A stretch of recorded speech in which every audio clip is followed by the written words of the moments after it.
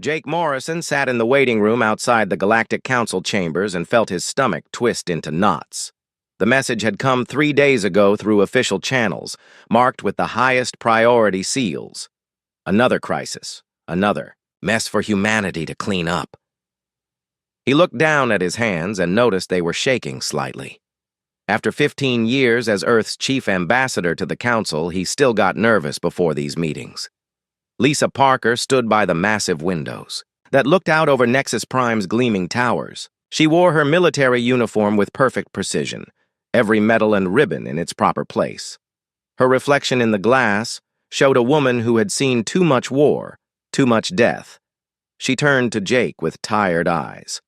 "Any idea what fresh hell they want us to dive into this time?" she asked, her voice carrying the weight of a dozen previous missions. Jake shrugged and pulled up the preliminary briefing on his tablet. The data made him frown. 2 species at war, civilian casualties mounting, trade routes disrupted, the same old story with different names and faces. The Zephyrians and the Krell had been fighting for 800 years, but something had changed recently. The conflict had exploded beyond all previous boundaries. The chamber doors opened with a soft hiss, and Keeper Thex emerged.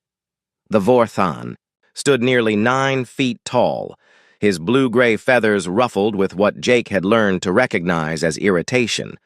His 4 eyes focused on the human delegation with the kind of look reserved for particularly slow children. "Ambassador Morrison, Commander Parker, the Council will see you now," Thex said in his mechanical translator voice. They followed him into the vast, circular chamber where representatives from 47 different species sat in tiered rows. Jake had been here many times before, but the sight still impressed him. Beings from across the galaxy, working together to maintain peace and order. At least that was the theory. The holographic display in the center showed a 3-dimensional map of the Outer Rim territories. Red zones marked areas of active conflict, and Jake counted at least 20 separate battle sites. Yellow indicators showed refugee movements, streams of displaced populations fleeing the violence. The numbers in the corner made his breath catch.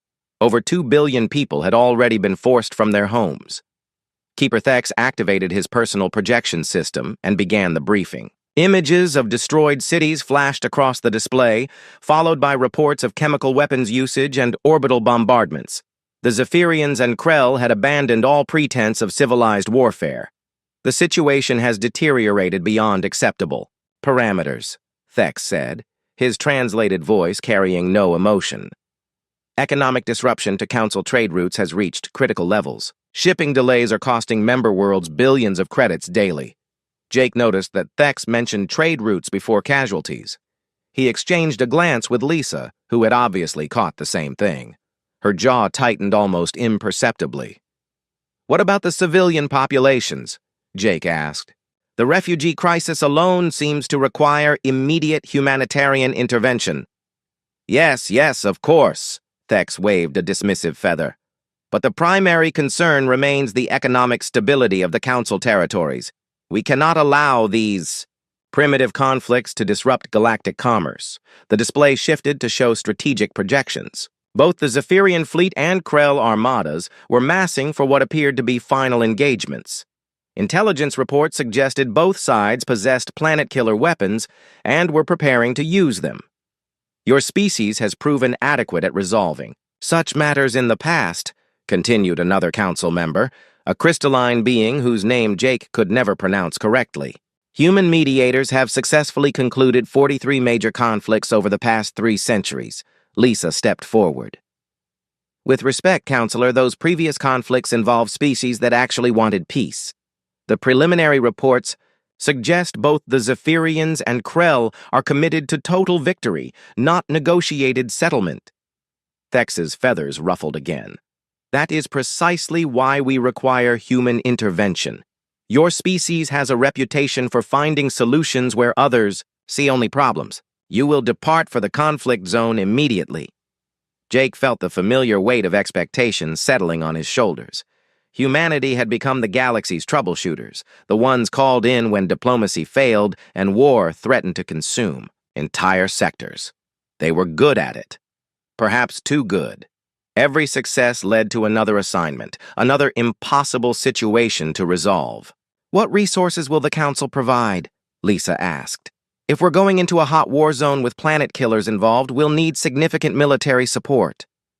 "The Council will provide standard diplomatic immunity and safe passage guarantees," Thex replied.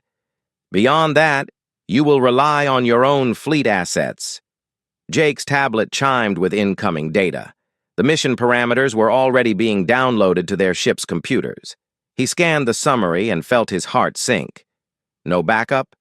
No council oversight, no guarantee of extraction if things went wrong. Just another mess dropped in humanity's lap with the expectation that they would somehow fix it. The briefing continued for another hour, covering intelligence reports, tactical assessments, and political backgrounds. The more Jake learned, the more convinced he became that this mission was different. The hatred between the Zephyrians and Krell ran deeper than anyone had realized, and both sides seemed determined to fight until one or both races were extinct. As they prepared to leave, Thex approached them privately. "I trust you understand the importance of success in this matter," he said quietly. "The Council's patience with these disruptions is wearing thin. We expect swift resolution." Jake nodded, but inside he was beginning to wonder if the Council understood what they were really asking for. Some conflicts couldn't be resolved, only contained, and some prices were too high for anyone to pay, even humanity. Captain Ryan Brooks stood on the bridge of the UES Defiance and watched the tactical display with growing concern. 3 weeks had passed since the human fleet arrived in the disputed system, and the situation had only gotten worse. The planet, Keth 7, hung below them like a wounded animal, its surface scarred by orbital bombardments and chemical weapons. Dr. Amy Sullivan wiped sweat from her forehead as she worked in the makeshift medical station. The refugee camp stretched for miles in every direction, a sea of temporary shelters housing the displaced and wounded. Her medical team had been working around the clock, but the casualties kept coming faster than they could treat them. "Doctor, we have another transport incoming," called Nurse Pete Garcia from the landing pad. "Looks like survivors from the Helian colony attack." Amy nodded grimly and prepared for another wave of patients. The Helian colony had been hit 2 days ago with something the refugees called burning rain, chemical weapons that dissolved organic tissue on contact. She had seen the effects firsthand and barely slept since. Back on the Defiance, Lieutenant Ben Carter monitored communications between the warring fleets. Both sides were moving massive ship formations into position, and the energy signatures suggested they were charging weapon systems that shouldn't exist according to galactic law. "Captain, I'm reading antimatter cascade generators on 12 Zephyrian dreadnoughts," Ben reported, his voice tight with worry. "Those things could crack a moon in half." Ryan nodded and opened a channel to Ambassador Morrison. Jake's voice came through tired and frustrated from the diplomatic station on Keth 7's largest moon. "Any progress with the peace talks?" Ryan asked, though he could guess the answer from Jake's tone. "They're not talks anymore, they're just organized shouting matches," Jake replied. "Both sides have given up any pretense of wanting peace. The Zephyrian High Command demands total Krell surrender and the dismantling of their entire civilization. The Krell War Council wants every Zephyrian world turned into radioactive glass." Lisa Parker joined the conversation from her position with the human Marine contingent. "It gets worse, Captain. Both sides are openly discussing the use of planet killers. They're talking about genocide like it's a tactical option." On the surface, Dr. Sullivan examined a young Krell child who had been exposed to Zephyrian nerve agents. The antidotes in her medical kit were barely keeping the boy alive, and she knew dozens more cases were coming in every hour. She activated her comm unit to report to the fleet. "The weapons they're using down here violate every treaty in the Galactic Codex," she said, her voice shaking with anger. "These aren't military targets, they're refugee camps and civilian shelters. Both sides are deliberately targeting non-combatants." Jake sat across from the Zephyrian delegation leader, Commander Vex Korath, whose scaled face showed nothing but contempt. The Zephyrian's yellow eyes glowed with hatred as he spoke through his translator. "Your human sentimentality blinds you to reality," Korath hissed. "The Krell are a plague upon this galaxy. They cannot be reasoned with, only eliminated. Every day we delay gives them time to spawn more warriors." An hour later, Jake met with General Thak Bruthorn of the Krell War Council.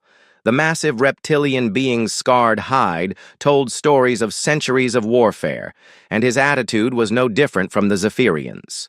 "The scale faces speak of elimination," Bruthorn rumbled. "Good. We understand such language. When we finish with their homeworld, nothing will remain but molten rock and the screams of their ancestors." Jake tried every diplomatic approach he had learned in 15 years of service. Compromise frameworks, graduated ceasefires, neutral zone proposals, prisoner exchanges. Both sides rejected everything with increasing hostility. Perhaps a cooling-off period, Jake suggested during one session. "Both fleets could withdraw to minimum safe distance while we explore options for weakness," Korath spat. "Humans lack the spine for true warfare. You negotiate when you should conquer." Bruthorn nodded in agreement, the first time Jake had seen the two enemies agree on anything. "The ambassador speaks of safety when honor demands blood. Perhaps it is time for stronger species to guide galactic affairs." Back on the Defiance, Ben Carter's sensors detected massive energy buildups in both fleets. "Captain, they're powering up the planet killers. Both sides are preparing for simultaneous strikes." Ryan opened channels to both fleet commanders, trying to convince them to stand down. The responses were immediate and chilling. "The time for talk has ended," came the Zephyrian reply. "Witness the price of defying the righteous." "Let the galaxy see what happens to those who threaten the Krell," responded the enemy commander. Dr. Sullivan received an emergency message from the orbital medical station. A massive civilian transport carrying Krell refugees was requesting emergency docking. The ship held over 200,000 non-combatants, mostly families fleeing the violence. "Permission granted," Amy replied immediately. "Medical teams are standing by." The transport never made it to the station. Ryan watched in horror as Zephyrian fighters swarmed the defenseless vessel. Antimatter torpedoes tore through its hull, and in seconds over 200,000 lives vanished in a brief flash of light. The Krell response was immediate and devastating. Their planet-killer weapons struck Zephyria Prime's moon, cracking the satellite in half. The gravitational disruption would kill millions more as tidal waves swept across the planet's surface. Lisa's voice came across the comm from the surface, cold with rage. "They're not even trying to hide it anymore. Both sides just committed genocide while we watched." Dr. Sullivan stood in her empty medical bay, staring at the beds that should have been filled with survivors from the transport. Instead, there was nothing but empty space and the bitter taste of failure. Jake's final diplomatic session lasted exactly 17 minutes. When he suggested a neutral zone enforcement mechanism, both sides actually laughed at him. "You're soft. Human hearts make you unfit for real warfare," Korath sneered. "Perhaps weaker species should step aside when the strong settle their differences," Bruthorn added. That evening, Jake sent a coded message to Earth Command that he never thought he would write. Lisa received similar authorization from Admiral Cole herself. Ryan got his orders directly from the Secretary of Defense. The message was simple and unprecedented in human diplomatic history. Mission parameters fundamentally flawed. Recommend immediate withdrawal. Let them have their war. For the first time in 3 centuries, humanity was preparing to walk away from a conflict instead of trying to fix it. The galaxy was about to learn what happened when they pushed Earth's children too far. The antimatter explosion lit up space like a dying star, and Captain Ryan Brooks felt something break inside his chest as he watched the civilian transport disappear. 200,000 Krell refugees, mostly children and their families, had been vaporized in an instant by Zephyrian fighters. The silence on the bridge of the UES Defiance stretched for long seconds as the crew processed what they had just witnessed. "Sir," Lieutenant Ben Carter said quietly, his voice barely above a whisper, "sensors confirm total destruction of the refugee vessel. No survivors detected." Ryan closed his eyes and tried to push down the rage building in his stomach. In 30 years of military service, he had seen war in all its brutal forms. But this was different. This was deliberate murder of non-combatants while human ships watched helplessly from the sidelines. Dr. Amy Sullivan stood in the medical bay that she had prepared for incoming casualties from the transport. The empty beds mocked her efforts, their clean white sheets waiting for patients who would never come. Her hands shook as she began shutting down the equipment she had readied. "Doctor," Nurse Pete Garcia approached carefully. "The Krell are demanding we turn over all wounded Zephyrian prisoners for interrogation." Amy looked at him with dead eyes.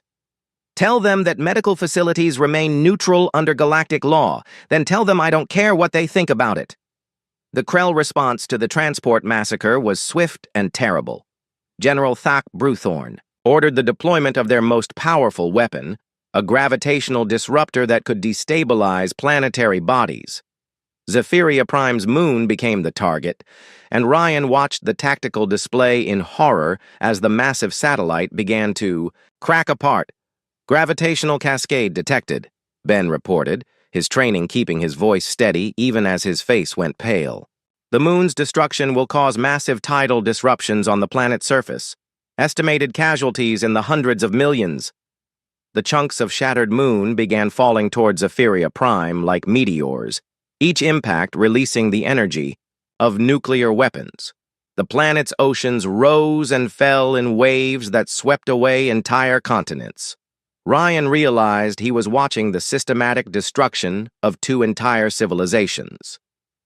Ambassador Jake Morrison sat in his office on the diplomatic station and stared at the reports coming in from both sides. The Zephyrians were already planning their next escalation, something they called stellar disruption protocols.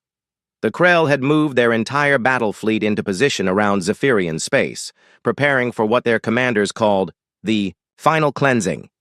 His tablet chimed with an incoming message from Earth Command. Admiral Patricia Cole's face appeared on the screen, her expression grim. "Ambassador, I've been reviewing your situation reports. Are you telling me that both sides have rejected every peace proposal and are now actively committing genocide while demanding human support for their actions?" Jake nodded wearily. "Admiral, they're not even pretending to want peace anymore. Both species have decided that total extermination of their enemy is the only acceptable outcome. They mock our diplomatic efforts and suggest that humanity is too weak to understand real warfare." Lisa Parker joined the conversation from her position with the Marine contingent on the surface. Her uniform was stained with ash from the burning cities below, and her face showed the strain of 3 weeks in hell. "Ma'am, they're using weapons that violate every treaty in the Galactic Codex. Chemical agents, biological warfare, orbital bombardment of civilian targets. When we object, they tell us that humans don't have the stomach for necessary measures."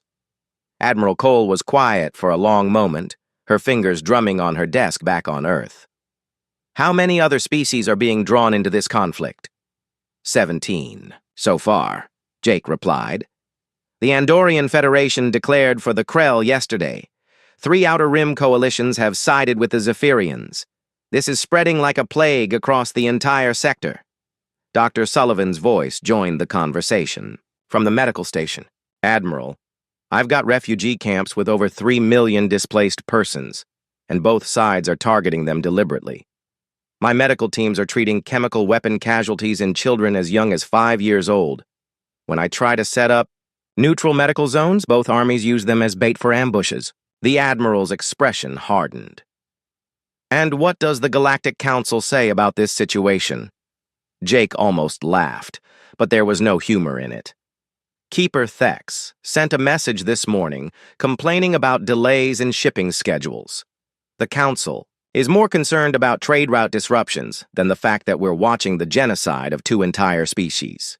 The final diplomatic session was held in what had once been a school on Keth 7's surface. The building's walls were scorched from chemical weapons, and the air recyclers couldn't quite filter out the smell of death. Jake sat across from both delegation leaders, making one last attempt at reason. "We could establish protected zones for civilians," he suggested. "Both sides could agree to spare non-combatants while you settle your military differences." Commander Vex Korath's scales rippled with amusement. Civilians breed more soldiers, Ambassador. Military efficiency demands their elimination. General? Thak Bruthorn nodded his massive head in agreement. For once, the scale face speaks wisdom. War is not a game with rules. It is the strong consuming the weak. Jake felt something snap inside his mind as he looked at these two beings who spoke of mass murder like they were discussing shipping schedules. You're talking about billions of lives. Children, families, entire worlds full of people who just want to live in peace. Peace is the luxury of victors, Korath replied. Perhaps when stronger species have settled this matter, humans can return to their soft philosophies. Your species lacks the will for true warfare, Bruthorn added. You mediate when you should conquer. You negotiate when you should eliminate. Perhaps the galaxy needs leadership with more spine. Jake stood up slowly, his chair scraping against the damaged floor. For 17 years, he had believed in the power of diplomacy, in the idea that reasonable beings could find peaceful solutions to their differences. He looked at these two creatures and realized that some conflicts couldn't be resolved because one or both sides didn't want resolution. You're right, he said quietly. Humanity doesn't have the stomach for genocide. We don't have the will to murder civilians. We don't have the spine to watch billions die and call it victory. Both alien commanders smiled at what they took for admission of weakness. Jake activated his communicator and sent a coded message to the human fleet. The authorization codes came back within minutes from Admiral Cole herself, along with similar orders to every human ship, station, and facility in the sector. Mission status changed to immediate withdrawal, he announced to his staff. All human personnel are to evacuate the conflict zone within 72 hours. Lisa looked up from her tactical display in surprise. Sir, are you saying we're abandoning the mission? Jake nodded, feeling lighter than he had in weeks. Commander, I'm saying we're done cleaning up messes for people who think our compassion makes us weak. Let them have their war. Let them have their genocide. Let them discover what the galaxy looks like without humans around to fix their problems. The order went out across all human frequencies, and for the first time in 3 centuries, Earth's children began to walk away from a conflict instead of trying to solve it. The galaxy was about to learn what happened when they pushed humanity too far.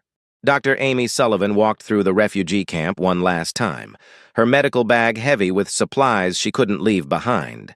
The evacuation order had come down 18 hours ago, and already the human medical teams were packing equipment with military precision.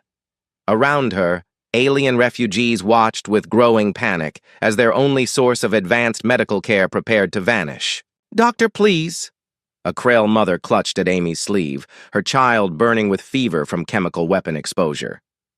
My daughter needs the human medicine. Without it, she will die. Amy knelt beside the child and injected the last dose of antitoxin from her personal supply. I'm sorry, she said softly. I wish we could do more. The woman's eyes filled with tears as she realized what was happening. You are leaving us to die. Amy stood and shouldered her bag, her own eyes wet. We tried to stop this war. Both sides told us humans were too weak to understand real warfare. Perhaps they were right. Across the camp, Nurse Pete Garcia supervised the loading of medical equipment onto human transports. Every piece of advanced healing technology, every research breakthrough, every medical supply that bore human design was being packed and removed. The alien medical staff watched helplessly as equipment they didn't know how to operate or maintain disappeared into cargo containers. Captain Ryan Brooks stood on the bridge of the UES Defiance and coordinated the largest human withdrawal in galactic history. 47 ships, from massive medical vessels to small diplomatic craft, were pulling back from the conflict zone in carefully planned stages. Logistics reports all medical facilities have been evacuated, Lieutenant Ben Carter announced from his station. Dr. Sullivan's teams removed every piece of human medical technology from the refugee camps. Ryan nodded grimly. The decision had been made at the highest levels of Earth Command. If the warring species wanted to reject human help and mock human compassion, they could face the consequences of that choice. Ambassador Jake Morrison held his final meeting with Keeper Thex in the Galactic Council's emergency session chamber. The Vorthan's feathers were ruffled with indignation as he faced the human delegation. "You cannot simply abandon your responsibilities," Thex said, his mechanical translator making his voice sound even more irritated. "The Council has not authorized this withdrawal." Jake sat calmly in his chair, his hands folded on the table. "Keeper Thex, with respect, the Council didn't ask for our authorization when you sent us into this situation. We're exercising humanity's sovereign right to remove our people from a hostile environment. The economic disruption alone will cost billions of credits," another Council member interjected. "Human-managed trade routes carry 60% of galactic commerce." Lisa Parker spoke from her position beside Jake. "Perhaps the Council should have considered that before sending us to mediate between two species committed to mutual genocide." Thex's four eyes focused on the humans, with what they had learned to recognize as barely controlled anger. "The Zephyrian and Krell situation requires immediate resolution. Human diplomatic expertise is essential to prevent sector-wide war." "The Zephyrians and Krell have made their position clear," Jake replied evenly. "They don't want our diplomatic expertise. They want total victory and complete extermination of their enemies. They've told us repeatedly that humans are too weak to understand real warfare." The Council chamber fell silent as the implications sank in. For 3 centuries, humanity had been the galaxy's go-to mediators, the species called in when all other options failed. They had resolved 43 major conflicts and countless smaller disputes. Now, for the first time in recorded history, they were walking away. Dr. Sullivan supervised the final evacuation of the orbital medical station, her staff moving with practiced efficiency. Every human-designed medical scanner, every treatment protocol, every piece of equipment that required human knowledge to operate was being removed. "Doctor," called Chief Medical Officer Linda Hayes from the station's command center, "we've got incoming requests from 17 different species asking for continued medical support." Amy shook her head as she sealed the last medical container. "Tell them to contact their own medical services. Human medicine is no longer available in this sector." The removal was so thorough that monitoring stations found only empty buildings where human medical facilities had operated. Not a single piece of equipment, not one dose of medicine, not even basic medical supplies were left behind. If the galaxy wanted to reject human help, they would have to face their medical crises without any human assistance. Captain Brooks received his final orders from Admiral Cole as the human fleet prepared for departure. "All ships are to maintain complete communication silence regarding our withdrawal," she instructed. "No explanations, no justifications, no debates. We leave quietly and let our absence speak for itself." The withdrawal happened in phases that impressed even cynical Council observers. First the medical teams, then the diplomatic staff, then the humanitarian aid workers, finally the military escorts. Each group took with them every piece of human technology, every research advancement, every helpful innovation they had shared over the centuries. Commander Vex Korath and General Thak Bruthorn barely noticed the human departure, too focused on their war to pay attention to what they considered a retreat by weaklings. Both sides had resumed their genocide with renewed enthusiasm, convinced that humanity's withdrawal proved their enemy's desperation. Jake walked through the empty corridors of the human diplomatic station one last time. The walls were bare, the computers wiped clean, even the furniture had been removed. 3 centuries of human presence in galactic affairs were being erased as if they had never existed. His communicator chimed with a message from the Zephyrian High Command. "Ambassador Morrison, we require immediate human assistance with refugee management protocols." Jake smiled grimly and deleted the message without responding. Let them figure out refugee management on their own. Similar requests came in from the Krell War Council, demanding human medical support for their wounded warriors. Lisa Parker received the message and forwarded it to the waste disposal system. Within 72 hours, every human ship, every human diplomat, every human aid worker had vanished from the conflict zone. The evacuation was so complete that even The most advanced sensors could find no trace of human presence in the entire sector. The Zephyrians and Krell continued their war with increased fury, each side convinced that the human withdrawal was a sign of their enemy's imminent defeat. Planet-killer weapons fired freely. Civilian populations were targeted deliberately, and the genocide continued without any outside interference. On distant Earth, Admiral Cole read the final report from Ambassador Morrison. All human personnel successfully evacuated, no casualties. Complete withdrawal achieved ahead of schedule. She filed the report and opened a new directive for all Earth Command vessels. Effective immediately, no human ship or facility will respond to requests for assistance from any species currently engaged in the Zephyrian-Krell conflict or their allies. For the first time in 3 centuries, humanity had walked away from a galactic crisis. In complete silence, they had removed themselves from a situation where their help was unwanted and their compassion was mocked. The galaxy was about to discover what life looked like without humans around to clean up their messes. 6 months after the human withdrawal, Keeper Thex stood before the emergency session of the Galactic Council and tried to keep his voice steady as he read the casualty reports.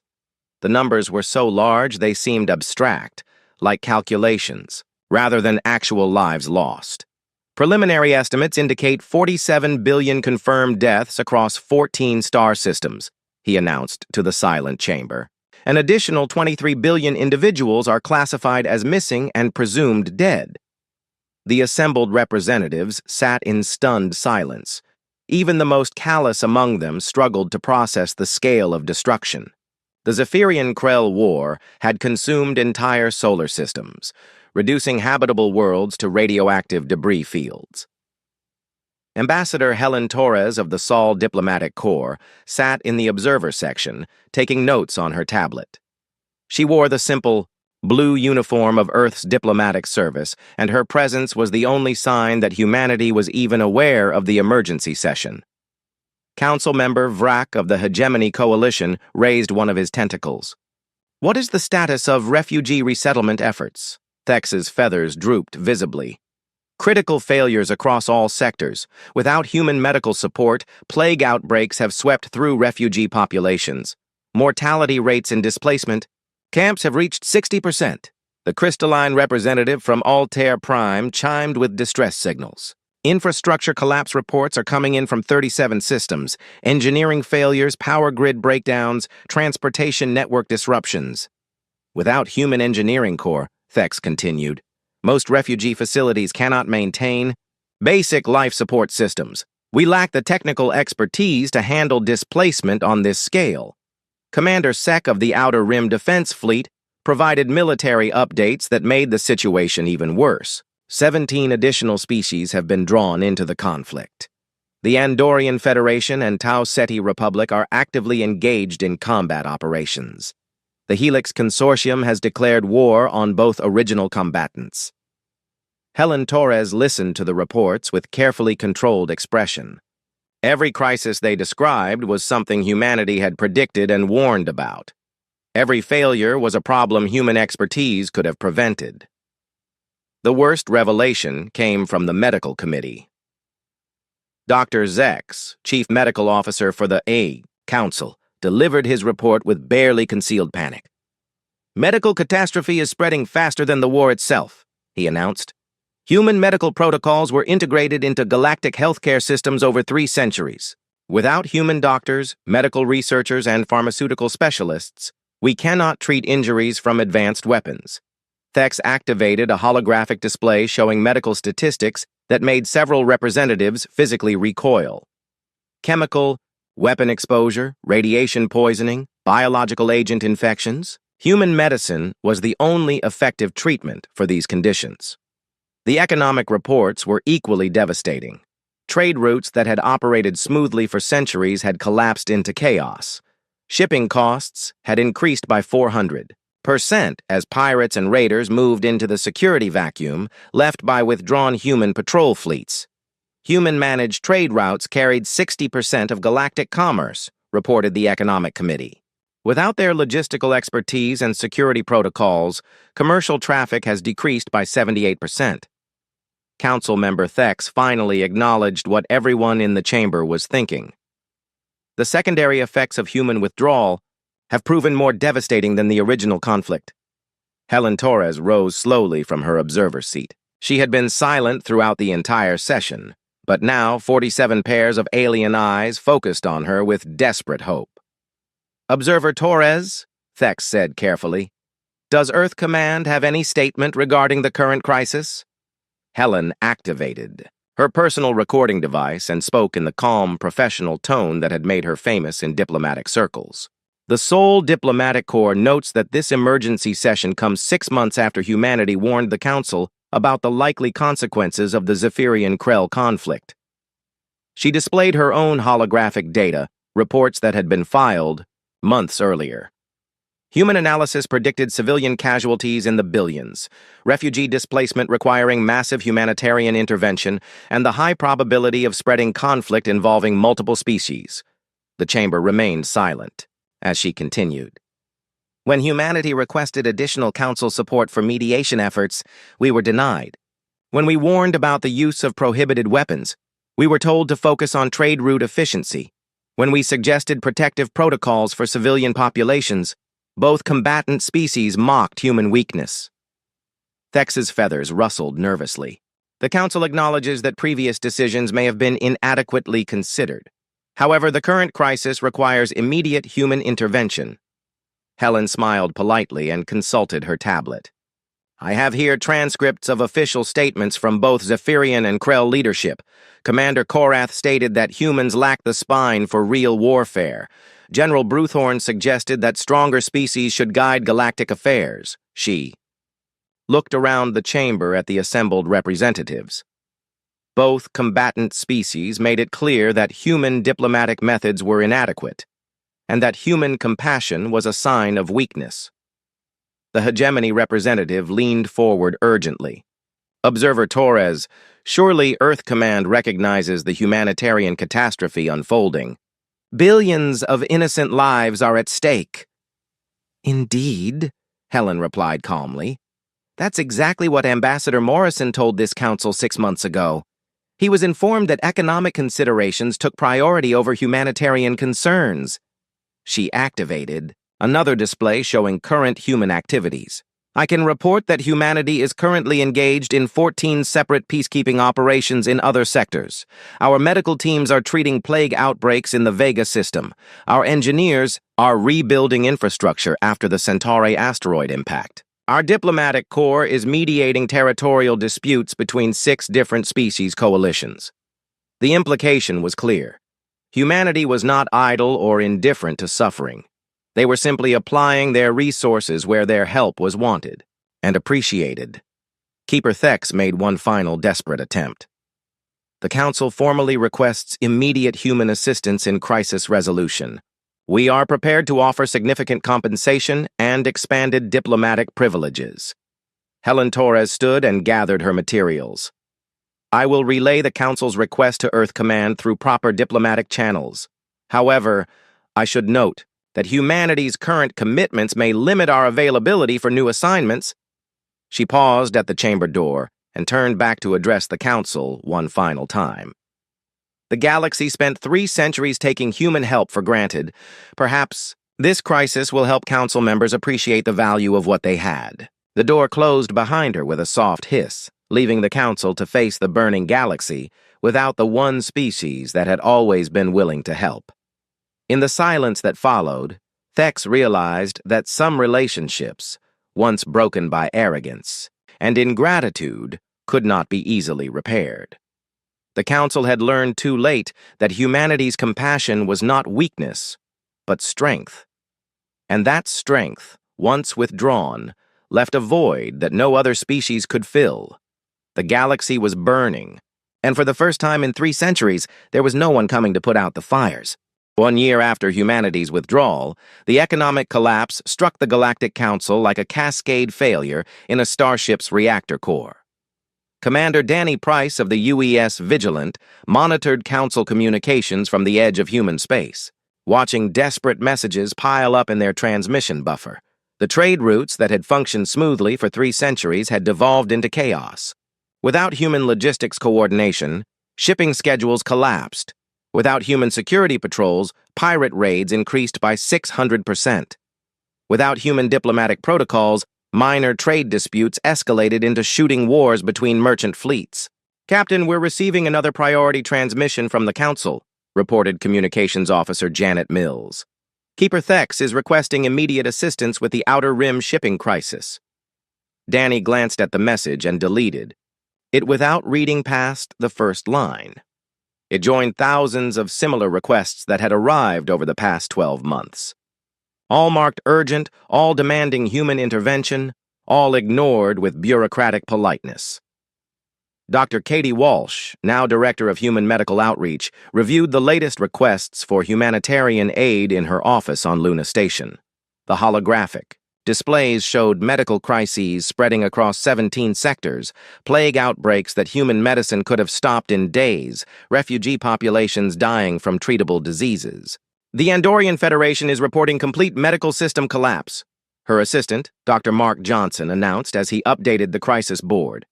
"They're requesting immediate deployment of human medical teams and full pharmaceutical support." Katie nodded and filed the request with the others. Standard response: refer them to their own medical services and wish them good fortune in their endeavors.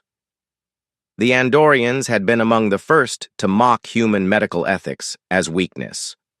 When human, doctors had refused to experiment on prisoners of war. Andorian military leaders had called them soft and ineffective. Now their own medical system was crumbling, and they wanted the soft humans to save them. The refugee crisis had spiraled beyond anything in recorded galactic history. Without human engineering teams to build and maintain displacement facilities, refugee camps had become death traps. Without human logistics to coordinate food distribution, starvation was spreading faster than the war itself. Ambassador Helen Torres read the daily reports in her office at the Sol Diplomatic Corps headquarters. 23 billion refugees, scattered across 42 star systems, most lacking basic shelter or medical care. The numbers were staggering, but they represented the natural consequence of choices made by the species now suffering. "The Hegemony Coalition is requesting emergency diplomatic intervention," her aide, Secretary Paul Adams, announced. 3 member species are threatening to withdraw over resource allocation disputes." Helen set down the report and looked out at Earth's blue oceans. "The Hegemony told us last year that human diplomatic methods were obsolete. I'm sure they'll find their own solutions." The cascade of smaller wars had surprised even human strategic analysts. The Zephyrian-Krell conflict had triggered ancient rivalries and territorial disputes across the galaxy. Species that had maintained uneasy peace for centuries suddenly found themselves in shooting wars over trade routes, colonial claims, and resource rights. Without human mediators to contain these conflicts, they spread like wildfire. The Galactic Council found itself facing 17 separate wars, with no one willing or able to serve as neutral arbitrators. Captain Price monitored tactical displays showing the expanding conflicts. "The Tau Ceti Republic and Vega colonies have declared war over mining rights," he reported to Earth Command. "The Helix Consortium is threatening to deploy planet-killer weapons against anyone who interferes with their territorial expansion." Admiral Patricia Cole received these reports in her office at Earth Defense Headquarters. The woman who had authorized humanity's withdrawal watched the galaxy tear itself apart with grim satisfaction. "Any requests for human peacekeeping forces?" she asked her staff. 47 formal requests this week alone, replied Colonel Steve Peterson, including offers of permanent council membership, exclusive trade agreements, and territorial concessions. Admiral Cole nodded and approved the standard response. "Humanity appreciates the generous offers, but must respectfully decline due to prior commitments." The prior commitments were real. Human fleets were deployed across dozens of systems where their help was genuinely wanted and appreciated. Species that had never mocked human compassion or called human methods weak were receiving the full benefits of Earth's military and diplomatic expertise. Dr. Walsh supervised medical operations in the Proxima Centauri system, where her teams had stopped a plague outbreak that could have killed millions. The local population treated human medical staff like heroes, providing them with every resource and protection they needed. "It's amazing how much easier our job becomes when people actually want our help," she commented to Dr. Johnson as they reviewed treatment statistics. Meanwhile, in Council space, the Zephyrian-Krell War had finally ended through mutual extinction. Both species had deployed their ultimate weapons simultaneously, sterilizing each other's homeworlds and leaving behind only radioactive tomb worlds. The war that had started the crisis was over, but its consequences continued to spread. Keeper Thex sent a personal message to Ambassador Torres, marked with his highest priority codes. "The Council acknowledges that previous policies were flawed. We formally apologize for any disrespect shown to human representatives. We urgently request immediate human assistance in crisis resolution." Helen read the message 3 times before responding. "The Sol Diplomatic Corps acknowledges the Council's message.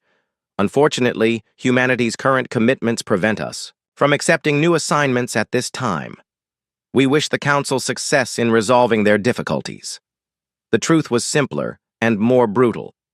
Humanity had learned the cost of always saying yes, always helping, always being the ones to clean up everyone else's messes. They had discovered that some species would never appreciate help until it was gone. The final message came from the Galactic Council's emergency session, a formal plea signed by all remaining member species. It offered humanity virtual autonomy within Council space, permanent seats on all major committees, and exclusive rights to mediate all future conflicts. Ambassador Torres presented the offer to the Earth Assembly, where it was debated for exactly 17 minutes before being unanimously rejected. "The galaxy had 3 centuries to learn the value of human partnership," she told the assembled representatives. "Instead, they chose to treat us as disposable tools. Some lessons can only be learned through loss." Captain Price watched the last Council patrol fleet retreat from the Outer Rim sectors, abandoning even the pretense of maintaining order. Pirate fleets and raider gangs moved in immediately, carving up former Council territory like scavengers, feeding on a corpse. "The beacon network is going dark," Communications Officer Mills reported. "Without human maintenance, the long-range communication system is failing sector by sector." Danny nodded grimly. The galaxy was returning to its pre-human state of isolation and conflict, each species locked in their own small corner of space, suspicious of their neighbors and incapable of large-scale cooperation. Dr. Walsh received the final medical request from Council space, a desperate plea from survivors of the Andorian medical collapse. Half the Federation's population was dead from preventable diseases, and the remainder faced starvation as their agricultural systems failed. She filed the request with all the others and returned to her work with species that had never called. Human medicine weak or ineffective. There were always people who needed help, people who would appreciate the assistance and never take it for granted. The stars themselves seemed dimmer without human ships moving between them, carrying hope and healing to distant worlds. The galaxy had learned too late that some things, once broken by arrogance and ingratitude, could never be repaired. In complete silence, humanity had walked away from a galaxy that took them for granted. The Council had finally paid the price for treating Earth's children as disposable heroes, and the cost was higher than anyone had imagined. The last human rescue beacon went dark, and the galaxy was truly alone.